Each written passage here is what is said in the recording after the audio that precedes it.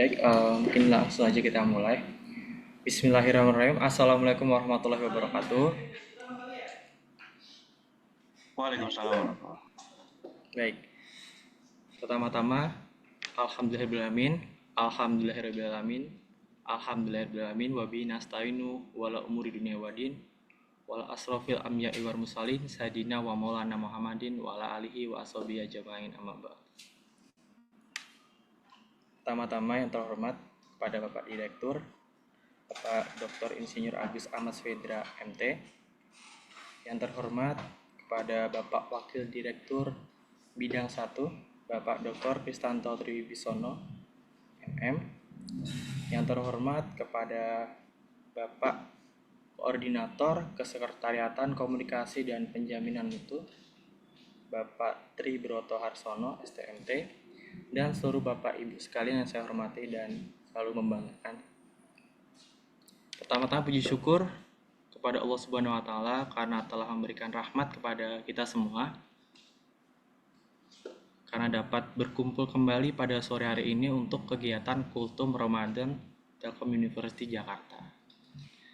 Dan tidak lupa juga sholawat serta salam senantiasa kita curahkan pada junjungan kita Nabi Muhammad SAW yang senantiasa kita nantikan syafaatnya di yaumul akhir nanti. Amin amin ya rabbal alamin. Baik, langsung saja mungkin saya mulai. Ini adalah beberapa susunan acaranya, yaitu ada pembukaan serta ada nanti pembacaan ayat suci Al-Quran yang akan dibacakan oleh Bapak Indra Aulia, dan kemudian ada kultum yang akan disampaikan oleh Bapak Rahmadi. Baik, mungkin untuk bersingkat waktu, kita mulai untuk agenda pertama ada pembukaan. Kita buka untuk agenda pada siang hari ini dengan bacaan basmalah bersama-sama.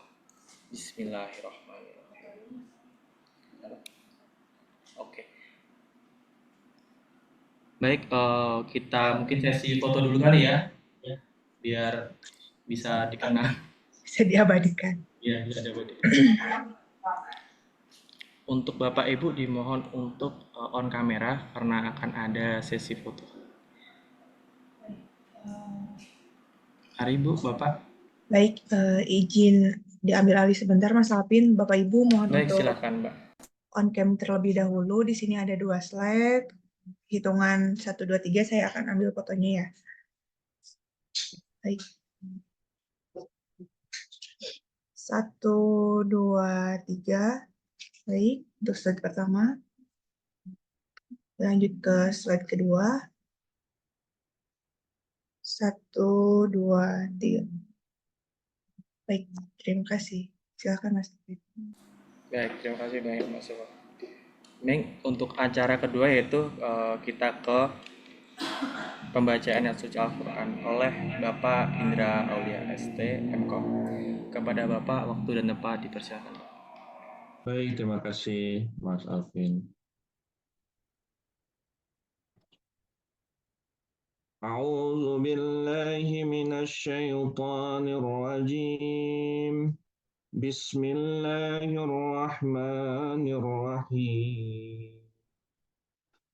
قال الملأ الذين استكبروا من قومه لنخرجنك يا شعيب والذين آمنوا معك من قريتنا أو لتعودن في ملتنا قال أولو كنا كارهين قد افترينا على الله كذبا قد افترينا على الله كذبا إن عدنا في ملتكم بعد إذ نجنا الله منها وما يكون لنا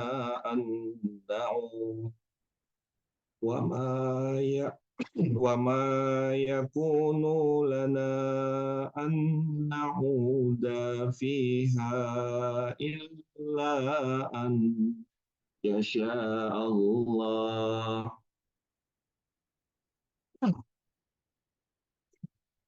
إلا أن يشاء الله ربنا وسع ربنا كل شيء علما على الله توكلنا ربنا افتح بيننا وبين قومنا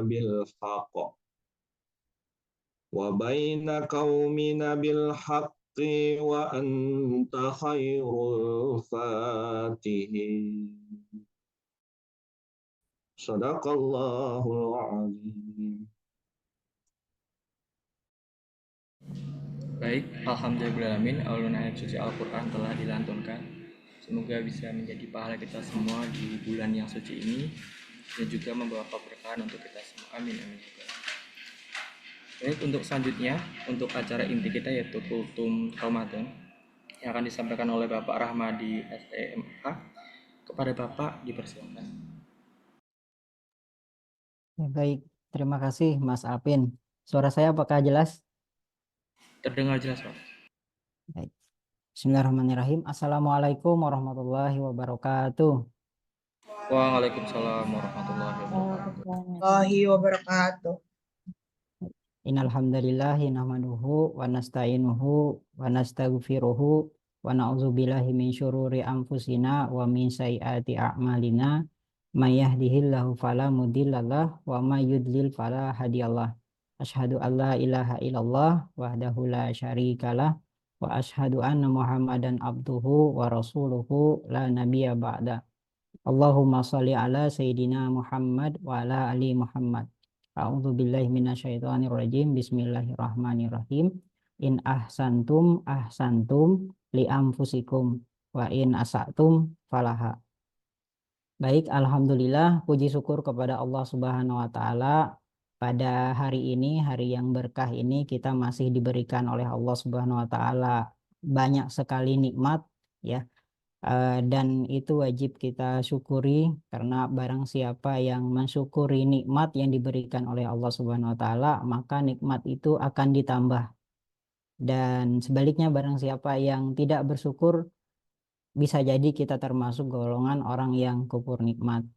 Bapak Ibu, izin saya ini mendapatkan amanah untuk menyampaikan tausiah, ya mungkin mau idatul hasanah, ya, kalaupun tidak memberikan tausiah kali ini, semoga bisa bermanfaat, ya.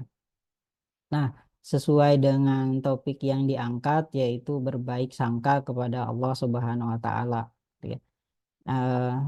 Jadi sebenarnya singkat saja, ini saya hanya ingin menyampaikan salah satu surah di dalam Al-Quran, di mana surah ini sungguh luar biasa, gitu ya.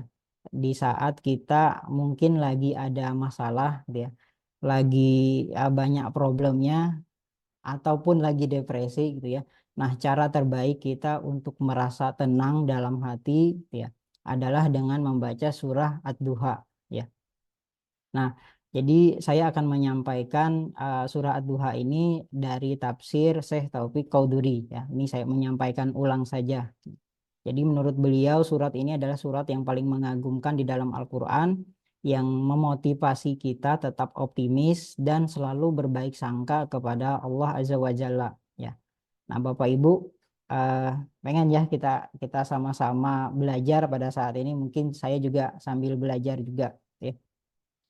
Jadi saya awali surah Ad-Duha ini dari asbabun nuzulnya dulu, bahwa surah Ad-Duha ini yang mungkin sudah sering kita ketahui adalah pada saat itu Rasulullah tidak menerima wahyu yang dalam waktu yang sangat panjang, yaitu 6 bulan, gitu ya.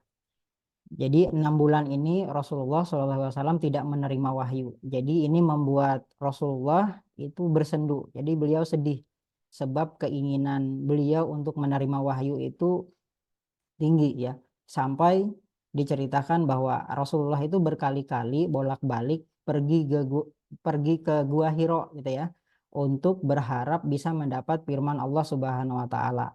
Sama seperti pertama kali beliau mendapatkan wahyu di Gua Hiro. Jadi beliau datang ke Gua Hiro berharap ada wahyu yang diturunkan.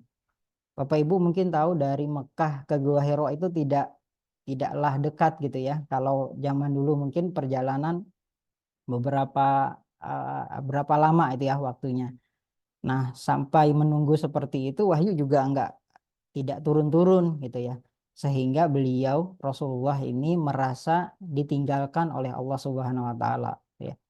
Jibril tidak turun, bermimpi juga nggak ada gitu ya. Selama 6 bulan gitu ya. Tidak menerima wahyu sedikit pun, tanda-tanda dari Allah Subhanahu wa taala. Nah, mungkin dari sini bisa kita apa namanya ya? Kita coba dengan kondisi kita gitu ya. Bahwa ada saatnya kita di mana dulu mungkin pernah bermimpi yang bagus gitu ya, atau kita mungkin kemarin ketika apa namanya kita buka puasa bareng disampaikan oleh penceramah ada doa yang lagi dikabulkan, kita pernah berdoa terus dikabulkan, itu nikmat sekali gitu ya. Atau kita pernah beribadah yang rasanya itu sangat nikmat, membaca Al-Quran sampai menangis dan seterusnya gitu ya. Ada masa seperti itu. Tapi mungkin juga ada kondisi sekarang misalnya kita mungkin lelah dengan pekerjaan gitu ya. Di kantor pekerjaan seabrek-abrek nggak selesai-selesai gitu ya. Tiap hari nambah terus berkurang nggak ya. Jadi kita sudah lelah gitu ya dengan aktivitas kita sehari-hari. Kalaupun pulang ke rumah itu langsung tidur pules. Jadi tidak pernah lagi merasakan nikmatnya seperti yang sebelumnya gitu ya. Tidak mendapat mimpi yang indah dan seterusnya. Nah, terkadang kita merasa sholawat kita, zikir kita, ibadah kita ini tidak berpengaruh terhadap diri kita, terhadap hati kita gitu ya. Jadi kita merasa jauh dari Allah Subhanahu wa taala. Nah, kalau kita merasa jauh kan kita sudah bisa menebak gitu ya siapa yang menjauh gitu ya. Yang menjauh adalah pasti kita, bukan Allah Subhanahu wa taala gitu ya. Nah, pernah ya Bapak Ibu seperti ini gitu ya. Kalau saya tanya nih di sini Bapak Ibu yang hadir, ada nggak yang tidak punya masalah sekarang gitu ya? Ada nggak yang nggak punya masalah? Nggak ada. Pasti kita semua punya masalah itu, apakah itu besar kecil, pasti kita memiliki masalah selama kita masih hidup gitu ya. Nah, jadi kondisi inilah yang dirasakan oleh Rasulullah Shallallahu Alaihi Wasallam ketika wahyu itu tidak datang gitu ya. Perasaan seperti itu gitu ya. Jadi tidak ada wahyu datang selama 6 bulan. Rasul berpikir bahwa Allah itu membencinya. Rasulullah mengira Allah tidak menginginkannya lagi sebagai nabi gitu ya. Jadi berbagai pikiran ini muncul di dalam diri Rasulullah gitu ya. Kita juga seperti itu gitu ya. Sebagian dari kita mungkin berpikir ya Allah mungkin ini Allah tidak kalau Rasulullah Allah tidak menginginkannya lagi sebagai nabi gitu ya. Kalau kita berpikir mungkin Allah ini membenciku. Coba lihat hidupku sekarang gitu ya. Eh, Kayaknya apa namanya dibenci gitu ya. Allah tidak peduli pada aku gitu ya, pada kita ini nggak peduli. Eh, Apalagi berdoa juga mungkin nggak dikabulin gitu ya. Nah, terkadang datang kondisi ini pada kita yang seperti itu, sehingga sampai Allah Subhanahu wa taala memfirmankan kepada Rasulullah, A'udzubillahi minasyaitonirrajim, Bismillahirrahmanirrahim, wadduha, ya. Demi waktu matahari sepenggalah naik gitu ya.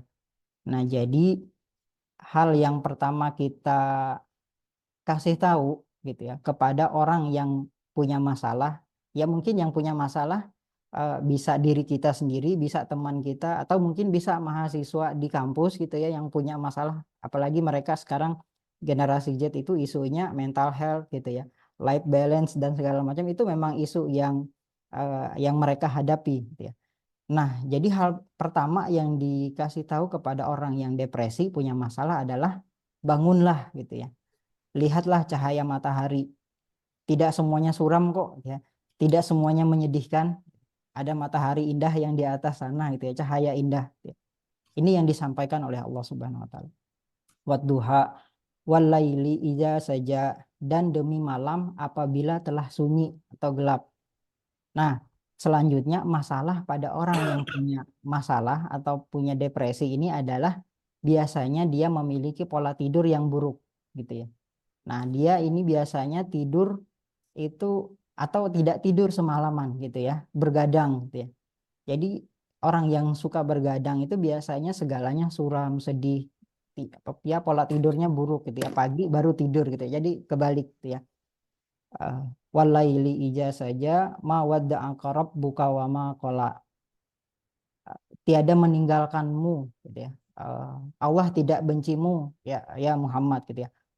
Jadi ini memang diperuntukkan kepada Rasulullah bahwa Allah itu tidak meninggalkan, tetapi bisa kita lihat dengan kondisi kita bahwa Allah itu tidak membenci kita gitu ya. Allah itu tidak benci kepada Rasulullah pada saat itu dan tidak melupakan Rasulullah, tidak melupakan kita gitu ya. Jadi Allah itu tidak benci kita, tidak melupakan kita. Mawadda'aka rabbuka wa ma qala walal akhiratu khairul laka minal ula. Ya. Dan sesungguhnya hari kemudian itu lebih baik bagimu daripada dunia ini.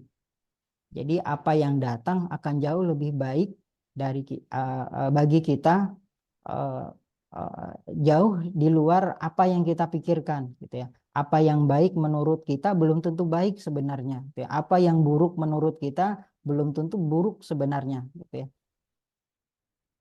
Walal akhiratu khairul laka minal ula wala saufa yu'tika rabbuka fatardha. Kelak Tuhanmu pasti akan memberikan karunia-Nya kepadamu, lalu hati kamu menjadi puas. Nah, jadi Bapak Ibu yang dirahmati Allah Subhanahu wa taala, eh, kelak kita semuanya ini insya Allah Allah itu akan memberi kita surga gitu dan membuat kita bahagia. Kelak Allah akan memberikan kita kemenangan dari semua ini, akan memberi kebahagiaan. Allah ini yang berjanji gitu ya. Kelak kita akan masuk surga. Ini yang berjanji adalah zat yang menciptakan kita, zat yang menciptakan langit, zat yang menciptakan bumi, zat yang menciptakan apa yang diantaranya, itu semua isinya. Maka ketika Allah Subhanahu wa taala berjanji, ini pasti akan ditepati gitu ya. Alam yajidka yatimam fa'awa. Ya.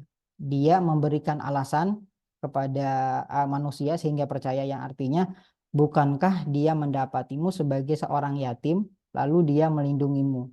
Ya. Nah, coba kita tanya diri kita ya. Bukankah kita itu dulu mungkin pernah sakit parah ya Bapak Ibu? Ya qadarullah saya tahun lalu pernah sakit parah gitu ya. Jadi mungkin kita paham gitu ya. Atau mungkin saja kita ini yang sekarang ini kan dulunya adalah bayi kecil gitu ya. Dan Allah menumbuhkan kita gitu ya. Bukankah ibu-ibu dulu ini adalah gadis kecil gitu ya, dan sekarang tumbuh menjadi wanita yang hebat gitu ya. Allah lah yang membesarkan kita. Wa wajadaka dhalam fahada, dan dia mendapatimu sebagai seorang yang bingung, lalu dia memberikan petunjuk. Nah, lanjutannya, bukankah dulu kita itu pernah tersesat gitu ya. Bapak Ibu, kita dulu mungkin ya waktu kecil kita masih banyak melakukan kesalahan. Puasa aja mungkin kita sembunyi-sembunyi di kamar mandi atau apa, minum air putih gitu ya. Atau sholat kita masih banyak yang kita tinggalkan gitu ya. Atau kita pernah melakukan hal-hal yang dilarang oleh agama, walaupun itu sudah kita tahu dilarang tapi tetap saja kita terjang misalnya. Kita dulu pernah tersesat, tapi sekarang kita ini menjadi orang yang taat, alhamdulillah ya, Masya Allah. Masih ingat dulu kita seperti itu. Nah, kita tidak paham tentang agama gitu ya. Nah, tapi sekarang Allah memberikan kita paham terkait dengan agama. Kita diajarkan untuk bisa berlaku atau berkehidupan yang baik gitu ya. Dulu kita bingung, lalu Allah yang menuntun kita seperti sekarang ini. Wa wajadaka ilam fa'agna. Nah, selanjutnya, dan dia mendapatimu sebagai seorang yang kekurangan, lalu dia memberikan kecukupan. Allah merahmati kita, Masya Allah, tabarakallah ya, menyayangi kita sehingga kita menjadikan kita punya harta seperti sekarang, gitu ya. Ya, kalaupun tidak berlimpah, kita sangat berkecukupan. Menurut saya sekarang sangat berkecukupan.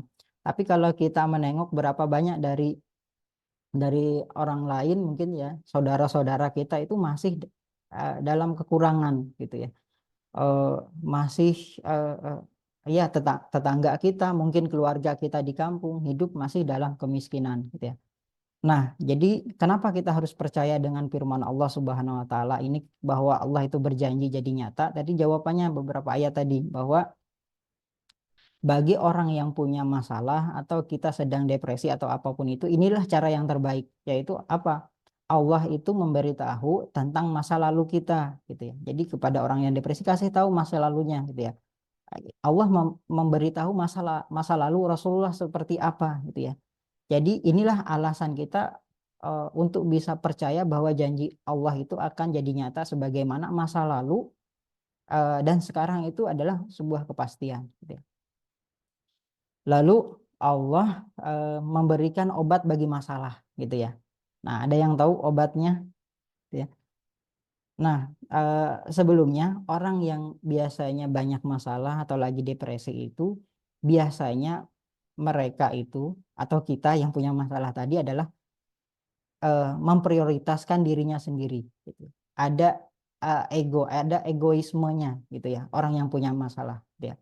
Nah, jadi cara terbaiknya adalah ketika kita merasa jauh dari Allah adalah mengingat orang yang jauh lebih kekurangan dari kita. Makanya ketika dalam hal dunia, kita itu tidak boleh ngelihat yang di atas kita. Bahaya, akan merusak hati. Lihatlah yang di bawah kita. Tapi dalam hal kesolehan, dalam hal kealiman, lihat orang yang lebih baik dari kita. Oh, dia puasanya lebih bagus, dia sholatnya lebih rajin misalnya. Baru lihat orang yang di atas kita. Tapi dalam hal dunia, maka kita harus melihat yang di bawah kita. Fa'amal yatima fala takhar. Sebab itu terhadap anak yatim janganlah kamu berlaku sewenang-wenang. Wa ammasa ila fala tanhar. Dan terhadap orang yang meminta-minta janganlah kamu menghardiknya. Jadi dari dua ayat ini Allah Subhanahu wa taala meminta kita untuk mengingat kedua jenis orang ini, yaitu anak yatim lalu orang yang meminta-minta atau pengemis lah gitu ya. Kenapa Allah meminta kita untuk mengingat dua orang ini? Yang pertama anak yatim gitu ya. Jadi anak yatim ini dia tidak punya keluarga. Dia tidak mendapatkan kasih sayang dari orang tuanya gitu ya. Atau dia punya rumah untuk pulang gitu ya. Anak yatim itu tidak punya itu gitu ya. Sementara kita ini kita masih mendapatkan kasih sayang orang tua, masih mendapat kasih sayang keluarga gitu. Kita punya rumah untuk bisa pulang gitu ya. Nah, sementara anak yatim itu tidak punya. Terus yang kedua adalah pengemis gitu ya. Mereka ini adalah orang yang meminta-minta untuk makannya gitu ya. Dan tidur dalam keadaan lapar. Tapi Masya Allah kita itu tidur dalam keadaan kenyang gitu ya. Mungkin ketika bulan Ramadan saja kita merasakan puasa. Tapi malamnya kita bahkan bisa kekenyangan gitu ya. Tapi orang yang meminta-minta tadi, mungkin dia sepanjang tahun sudah merasakan kelaparan. Jadi kalau saya tanya, ada nggak di sini yang tadi malam tidak sahur karena nggak punya makanan? Gitu ya. Ada nggak yang nggak sahur tapi karena nggak punya makanan? Pasti kita masih menikmati makanan atau hidangan yang lezat-lezat ya pada sahur, pada saat kita sahur gitu ya. Jadi Allah memberitahu obatnya yaitu dengan melihat orang yang ada di bawah kita tadi gitu ya. Dan jalan terakhir untuk untuk menghapus rasa tidak terhubung kepada Allah ini adalah ayat terakhirnya wa amma binikmati rabbika fahaddits. Dan terhadap nikmat Tuhanmu maka hendaklah kamu siarkan, kamu kabarkan gitu ya. Jadi Allah juga meminta bahwa kita bicarakan tentang nikmat Allah gitu ya. Misal alhamdulillah atas mataku gitu ya. Alhamdulillah atas tanganku gitu ya. Alhamdulillah atas mulutku gitu ya. Alhamdulillah atas hatiku sekarang masih beriman kepada Allah Subhanahu wa taala gitu ya. Mudah-mudahan bisa kita pertahankan hingga ajal nanti menjemput kita gitu ya. Jika Allah ini tidak mencintai kita, kenapa kenapa Allah itu masih membiarkan kita hidup gitu ya, kalau kita balik tanya gitu. Jika Allah ini tidak menyukai kita, kenapa Allah masih memberi kita rezeki di setiap menit kehidupan kita gitu ya. Jika Allah itu tidak mencintai kita, kenapa kita masih di sini sekarang gitu ya. Masih bisa berbagi ilmu, masih bisa menambah hikmah dan menambah kecintaan kita kepada Allah Azza wa Jalla. Di Bapak Ibu sekalian,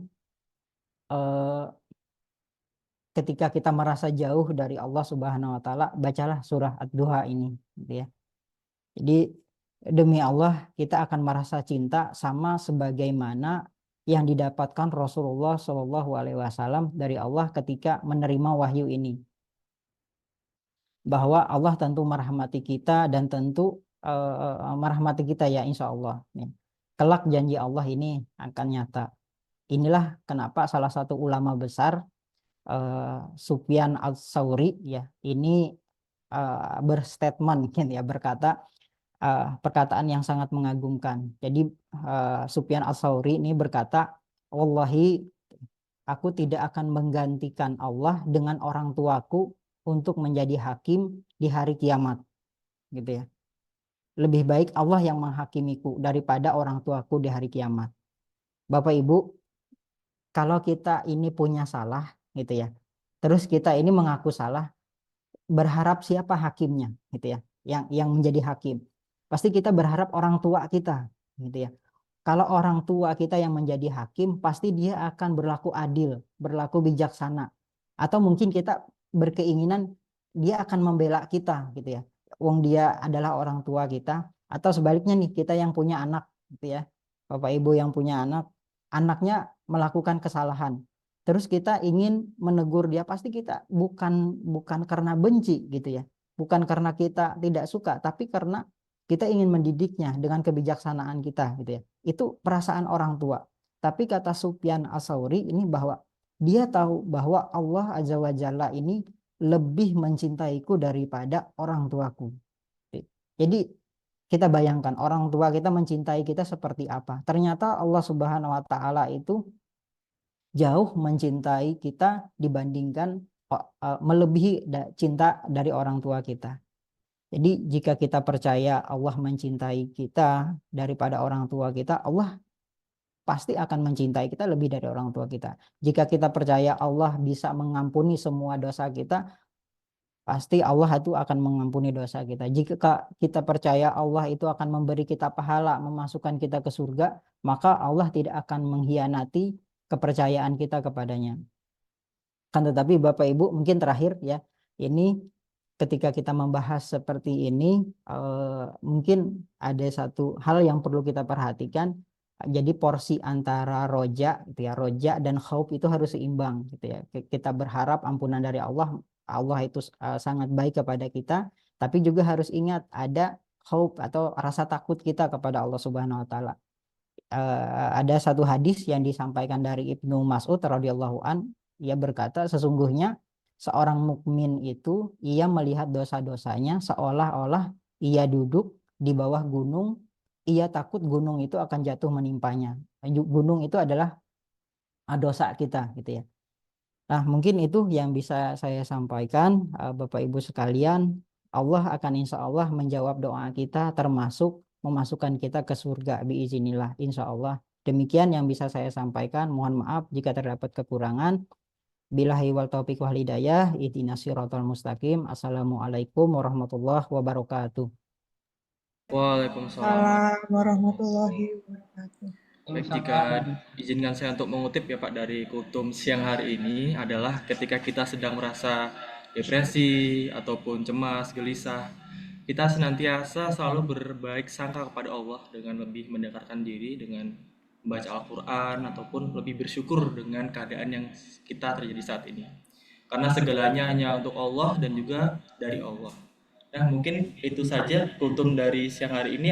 Terima kasih banyak kepada Pak Rahmadi yang telah memberikan ilmu yang bermanfaat kita semua. Semoga kajian ini memberikan kita rasa tambah bersyukur dan juga lebih dapat beribadah lebih baik di bulan suci Ramadan. Amin ya rabbal alamin. Saya selaku MC pada siang hari ini mengucapkan mohon maaf apabila banyak salah ataupun tutur kata dari saya yang kurang berkenan. Dari saya, wabillahi taufiq wal hidayah. Wassalamualaikum warahmatullahi wabarakatuh.